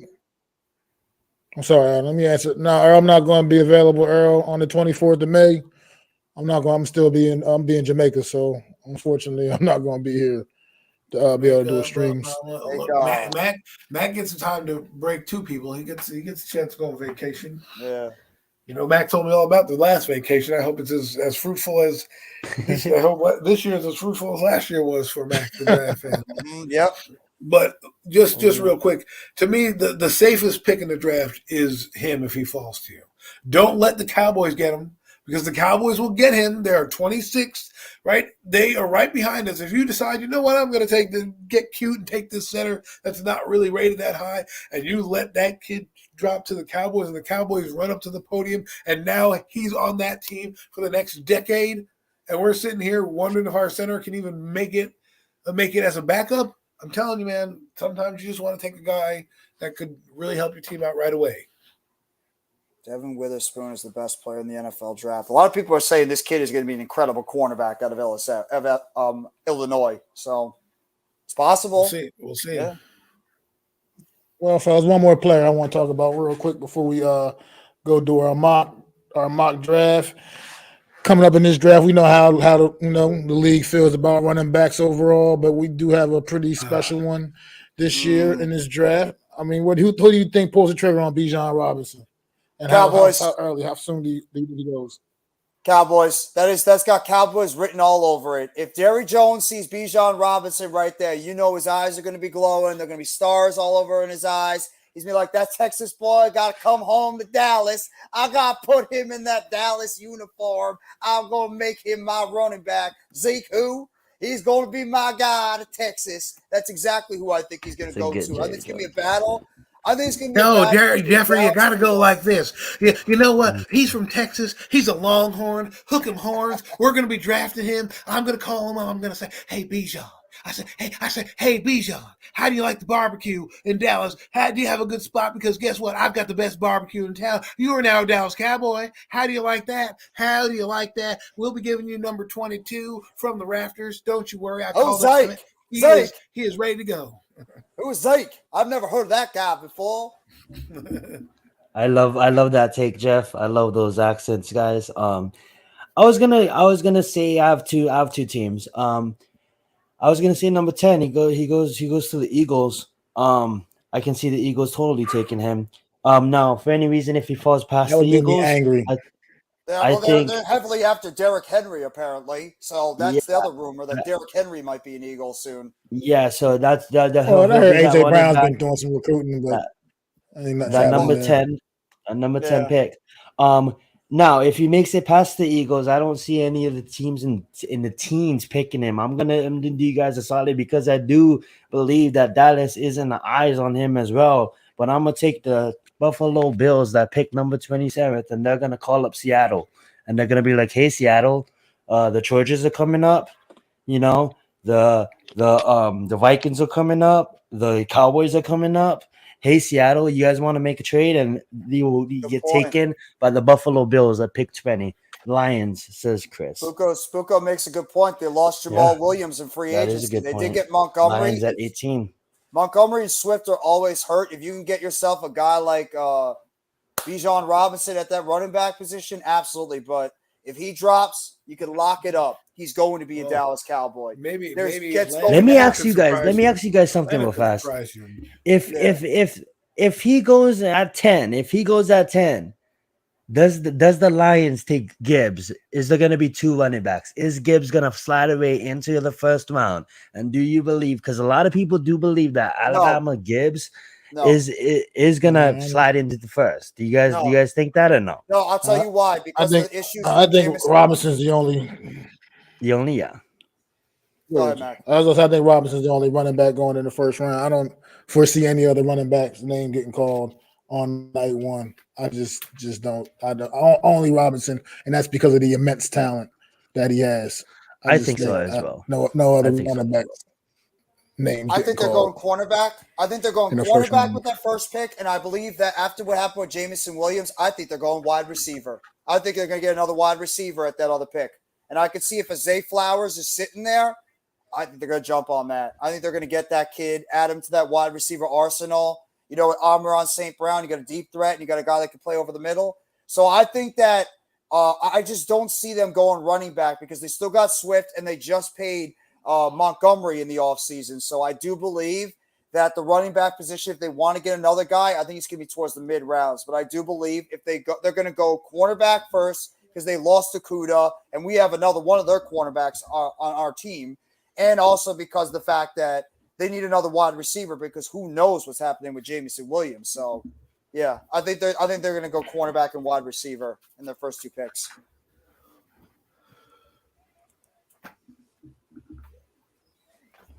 All right. I guess Zion, you want to get that the draft board situated up on the screen? All right. All right, guys. And here we now go. we about to mock the first round. We're gonna start with Adam when we had the number one overall pick. He'll pick for the Carolina Panthers. Jeff will go 2. I'll go 3. Zion 4, and then we'll just continue like that. Alrighty, let's get it. Let me know if you guys want me to look at a specific player, a specific position. I guess we'll just start it off without further ado. The Premium Takes 2023, first official ever in the history of this channel and over all of our channels, the first ever Premium Takes mock draft. The Carolina Panthers are on the clock. Apparently not. No Mets. Should I wait the full 10 minutes? No, I'm just kidding. So here we go.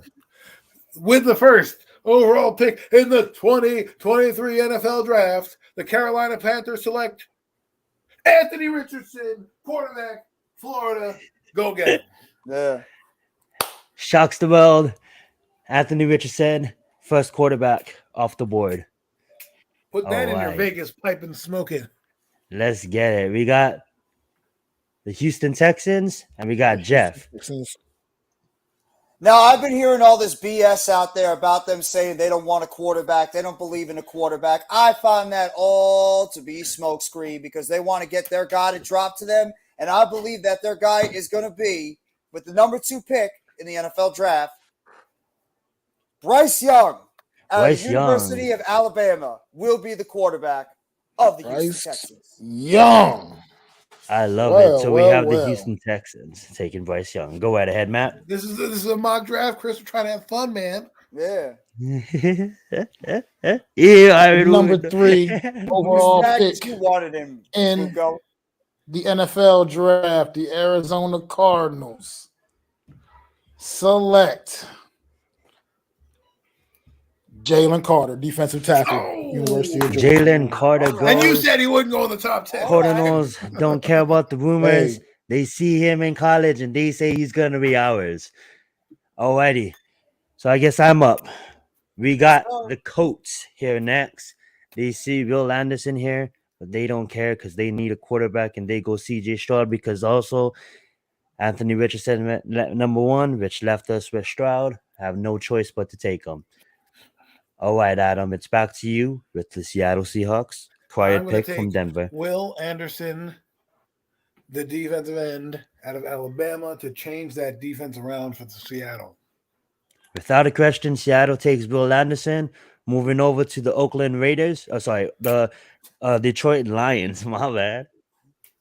Well, we all know what the Detroit Lions need. They need some help in that secondary. And with the 6th pick, they are going to be taking Devin Witherspoon out of Illinois. Ooh, everybody thinks it's going to be Gonzalez, but in our mock, we got Witherspoon, deservingly so, as the number 1 cornerback off the board. All right. Who do you got here, Mac? We got the Oakland With the Raiders number on 7 the board. overall pick, the Las Vegas Raiders They need quarterback, are going to select offensive line. quarterback Will Levis out of the Ooh. University of Kentucky. Will Levis goes to the Raiders. Alrighty, we got the Atlanta Falcons on the clock. Atlanta Falcons could use a lot of help here in a lot of different positions. They could get a cornerback, Pyramid AJ Terrell. We'll see what happens. But I see something here that they don't want to pass out. They see Nolan Smith right here on the board. They need edge. They need help at that position. They take Nolan Smith.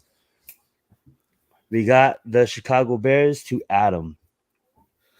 And well, do the Bears have a running back on their roster? I don't think they do. And being that they don't, I'm going to take Bijan Robinson. They have Khalil Herbert. Texan running back for the Chicago Bears. He's going in the top 10. And we all agreed, guys, that we are not going to make trades. So this is whoever's on the board. We are going to pick them. So Bijan Robinson gets the Bears get Bijan. Go right ahead, Jeff. Let me know if you need me to look by position. Oh, this is everybody's favorite team. We all love them Eagles, don't we? We love them to death. But I think that Howie Roseman, I don't know why he's going to feel a little froggy, and he sees that kid out there in Pittsburgh, and he's going to take the defensive tackle, Kalijah Cansey, out of Pittsburgh and try to put him right next to Jordan Davis for the next 5 to 10 years. Kalijah out of Pittsburgh. Alrighty, we got the Tennessee Titans. Who do they need? Could they use help at receiver? Could they go and get a quarterback? Could they take an offensive lineman? We know what could happen. Let's see, Mac. Who do you got for the Tennessee Titans? Let me know if you want me to look by position. Use a little help.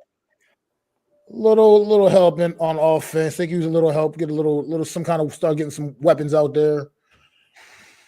Throw a curveball at y'all on this one. A little bit of a curveball. I think the Tennessee Titans with the number 11 overall pick go with tight end Dalton Kincaid.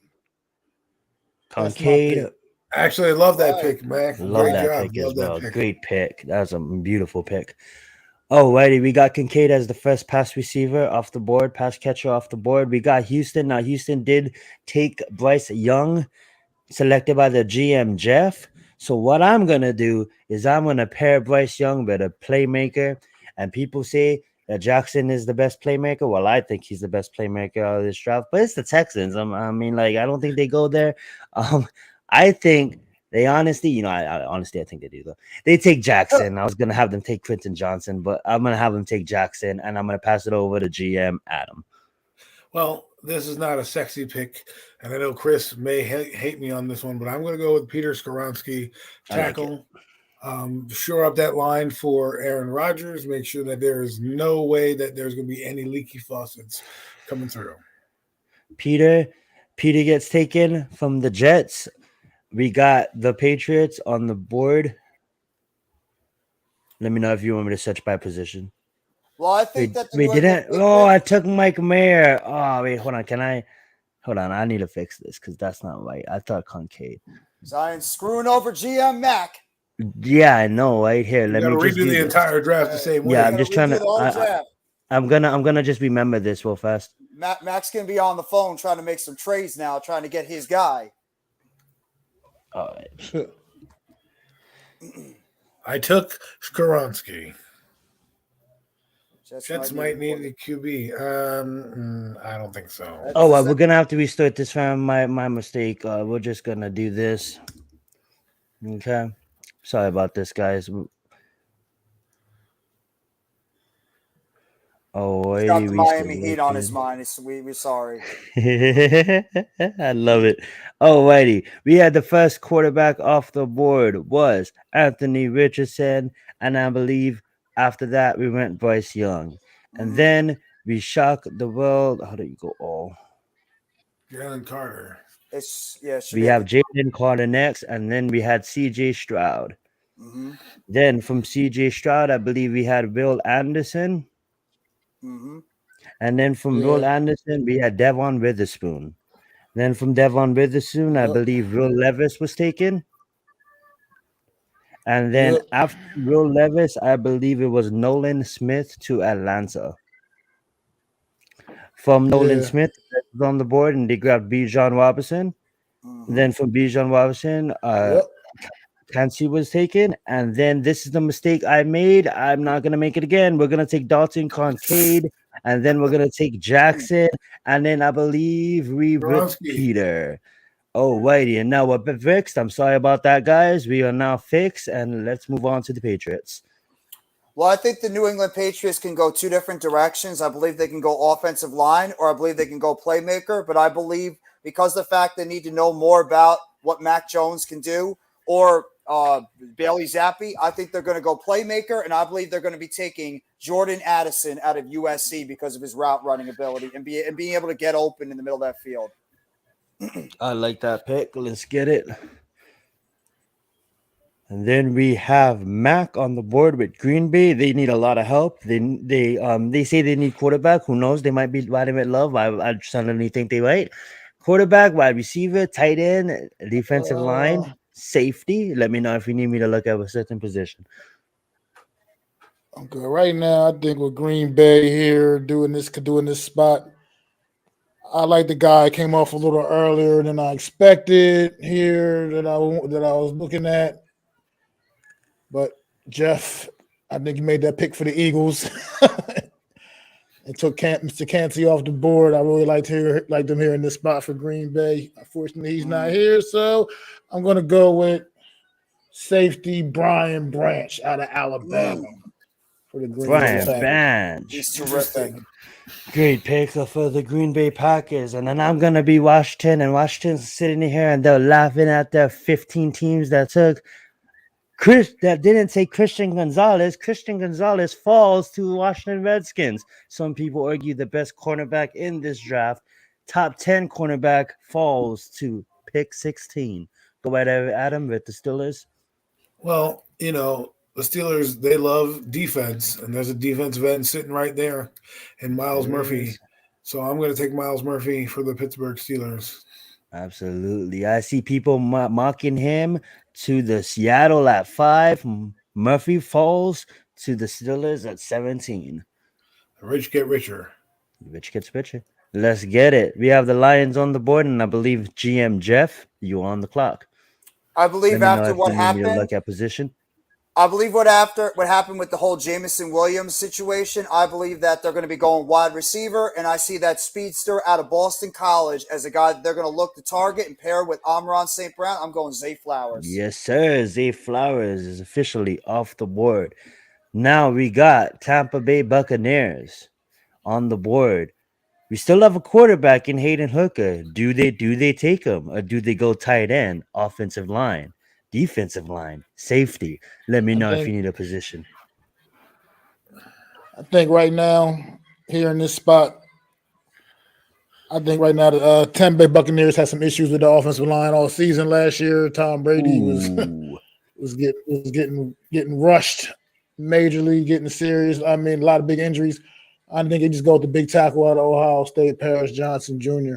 absolutely. Now, Number Paris Johnson 19. Jr., another one people believe is the best offensive lineman on the board, falls to the Buccaneers. Pick 19. All right, Seattle, who did you take? Seattle took Will Anderson, so they're pretty good at edge, but I think they could need some help on guard. And yes, I'm going to do this to you guys. We're going to go interior lineman, and guess who's sitting there? Osiris Torrance. They're going to go edge, and they're going to go right back around with Osiris Torrance at pick 20, followed up with GM Adam in control of the Miami Dolphins. Well, I think right now the Chargers need a little beef up front, but not necessarily a lineman. I'm going to go with Michael Myers here and make Ooh. sure that Herbert has another weapon to throw the ball to, as well as helping that blocking game. I like that. We got Michael Myers at pick 21. Let's go ahead to the Baltimore Ravens. We got GM Jeff on the clock. I believe the Baltimore Ravens, because Marcus Peters was let go in free agency, I believe they need themselves an outside cornerback, and I'm looking right at that kid out of Maryland, Deontay Banks, to lock it down on the outside 1-1. Absolutely. We Man, got with corner on Banks the board. to Wow. Baltimore. And then we got the Minnesota Vikings, GM Mac. What And they the could use Minnesota to help. Vikings will follow your cornerback with one selection of their own, and they're taking Joey Porter Jr. out of Penn State. Makes Joey sense. Porter Jr. out of Penn State. And guess what, guys? The Jacksonville Jaguars are on the board. They definitely don't need help on cornerback, but they're going to get a cornerback because that's what they're going to do. They see Cam Smith sitting right there. Now, I know he's a ball hawk in Forbes, but they don't pass up on Cam Smith, and they take Cam Smith, which leaves the best team in the NFL to GM right. Adam, the New York Yes! Football Giants. No, not yes, but I didn't know it was going to land on me. Nice. All right. Let's see where we're going here. Interesting. A lot of good players on the board still. Let me know if you need a position, Adam. Let me just scroll. I just want to see what we got on the board right here, just because. Oh, there's a lot. See, probably will be trading out right now, just because there's nothing here that entices me. Go back up, please. These You two? know what? I'm going to. Oh well, I mean, there is an Emmanuel Forbes on there. Go up for a minute. Keep going. Back up. That's it. Okay, so let's see. Emmanuel Forbes or oh my god. You want another cornerback? You know what I'm Because going to do? they're I'm going to roll the ranked dice pretty here, close. and I'm going to take Will McDonald. Will McDonald, I like it. There it Edge. is. Will McDonald, edge out of Iowa, sorry. Alrighty, we got Will McDonald, and then we got the Dallas Cowboys with GM Jeff. Well, I'm a little frustrated that somebody took my running back a little bit earlier, Chicago. Why are you taking my running back, Chicago? He was going to be my guy, so I'm going to have to go. What I'm going to have to do now is I'm going to go look at that wide receiver, that stud wide receiver out of TCU. I think if I add him, maybe he could help get Dak to throw the ball correctly to his wide receivers. So I'm going to take that kid, Quentin Johnson, out of TCU and let him go down the field and catch that football. How about them Cowboys? How about them Cowboys? And we got the Buffalo Bills on the clock.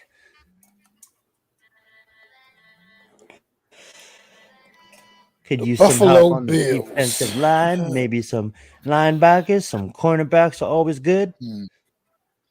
Well, I probably need. Let's see what we got left here. This is where Tyree Wilson probably falls. Yeah. Oh, let's see here what we do. Let me see. I'm gonna go back up. Sorry. The Buffalo Bills.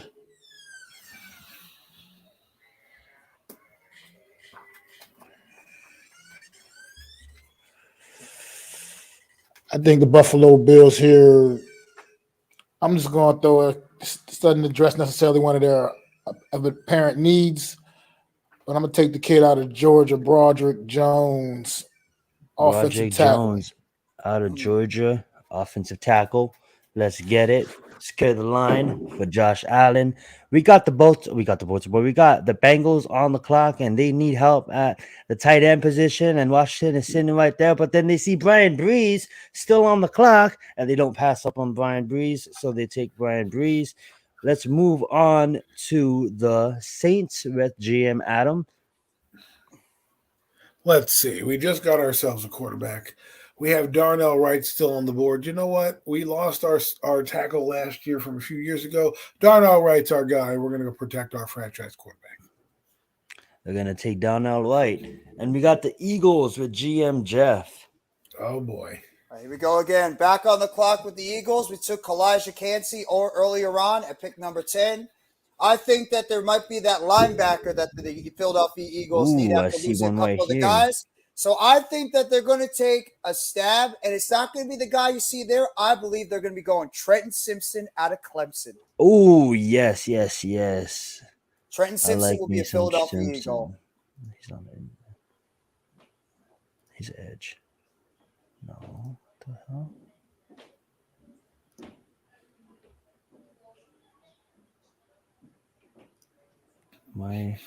All right. Kansas City. He was mysteriously taken by somebody else. Yeah, was. What the hell? Are you in cornerback right now? No, I'm on all. Unless he dropped that badly. No ways. Type in his name. Yeah, type in. There he is. What? How does he move? That's so stupid. He probably had a bad combine, so he dropped. Yeah, that's dumb. Alrighty. And then we got the Chiefs on the board. Go right ahead, Mac. With the Kansas City Chiefs. No, we'll just take take my guy out of Texas Tech, Tyree Wilson, the edge rusher. Tyrese Wilson, I love it. Tyrese taken great in the draft, but we're gonna wait for it because we want to see our full results. No one cares about your promotions. All right, let's break it down real fast, guys. We got Anthony Richardson, shocks the world, the number one. I'm not gonna sit here and read all the names, but you guys can clearly see it. Let me know if you guys want me to scroll down. There's a few I think that we should highlight on, which is awesome. Which is number one. First of all, Anthony Richardson. I do like that. Just out of the box pick. And we got Jalen Carter defining the odds of all these shit talkers and still being picked, very deservedly so. I do like Kincaid at early on, as the number one tight end off the board.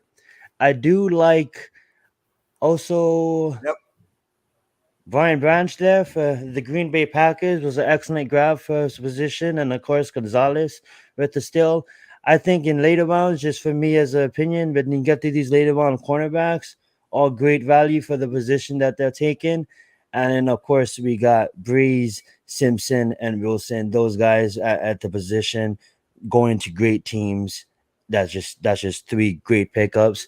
Is there anything that you guys want to break down that you guys seen? I'm shocked Murphy dropped, the other kid from Kemp Clemson. I think he's a higher draft pick than Breeze. We completely forgot about Miles Murphy. Yeah, Miles Murphy, that still is. Absolutely. Yeah, that's I have him going in the top 10 as well. Like, top 10, I thought top 15. Seattle, that is true. Oh, we didn't really have our one on cornerbacks too. Like, I think there's a lot of cornerbacks that we didn't really get to. I think the first cornerback deservedly so, was Witherspoon. We got Gonzalez, and then those three. But some people got Joey going before pick 13. Cam going. We didn't even pick that other homie too. That was right there. He made it out of the first. Yeah. True that. I think there'll be at least 5. I think there could be at least 5 cornerbacks, maybe 6 that go in the first round. Absolutely. I hope you guys enjoyed this first edition of our mock draft and our only edition because we're awesome. We only do one. We don't do 15,000. That being said, tune in for next year's edition of this mock special episode. I'm going to turn the hosting duties back over to Mac. Thank you so much for joining us, guys. No, everybody. Thank you all for coming out. Appreciate it. This special draft edition of the Premium Takes podcast. Doing it with the Horsemen, man. The fellas, man. We always kick it every Sunday night. Same time, 7 p.m. Eastern Standard Time, man. Like you all, I hope you guys enjoyed this show, man. Really appreciate y'all hanging out in the chat, hanging out with us while we did our mock draft. Had fun with it, had a good time, man. I learned a lot from these guys about these college prospects because I don't follow as closely as they do when it comes to these college kids. So I really appreciate all the things they teach me, and I learn from them. We all grow together, man. So, fellas, got anything to say before we get up out of here? Let's make it fun. The draft's going to be on Thursday. Why don't we all throw out our predictions of what we think the Giants will do at 25, just for the hell of it, so the fans can hear what we think is going to happen. I'm gonna go first. I'm gonna say prediction: Quentin Johnson out of TCU is falling in a lot of recent mocks, and I think that we don't take up a tall, explosive player like that. He still needs some work and needs some polish, but I think early predictions: the New York Football Giants take Quentin Johnson out of TCU. What's up, Philly B? It's good, Philly. I'm going to go with Osiris Torrance. I don't know. That just hit me. And I thought, you know what? The Giants need help on the O-line. You know, you just signed your quarterback who they believe is good. So you might as well protect him while he's here. So Osiris Torrance. I'm going to go with, I still strongly believe they're going cornerback with that first pick, and I'm going with Emmanuel Forbes. I think that Emmanuel Forbes will be there at 25, and I believe that's the guy the Giants are eyeing, so I'm going with Forbes. I think the Giants, I think Zay Flowers falls to the Giants, and I think the Giants grab him at number 25 and get another big playmaker out there. Hopefully. We'll see what happens, though, man. It's funny because I love all of you guys' picks better than my pick because I won't be mad at any of Forbes. I won't be mad at Torrance, and I won't be mad at homie you just mentioned as well, Flowers. Quentin Johnson does have a lot of work. I won't be mad at Quentin Johnson also, but goddamn, you guys all had great picks. Yeah, great job. Wasn't he on a practice squad one time? I'll only be mad if we tap John the center at 25. USFL right now. Yeah. Oh, he is. Okay. He had He one used to play for Cowboys the guy on our team. It was like Rush. Yeah, Cooper Rush. Yes. Cooper Rush. Okay, that's what I thought we had. Well. If y'all ain't got nothing else left to say, I just wanted to wrap this up by saying thank you all for coming out.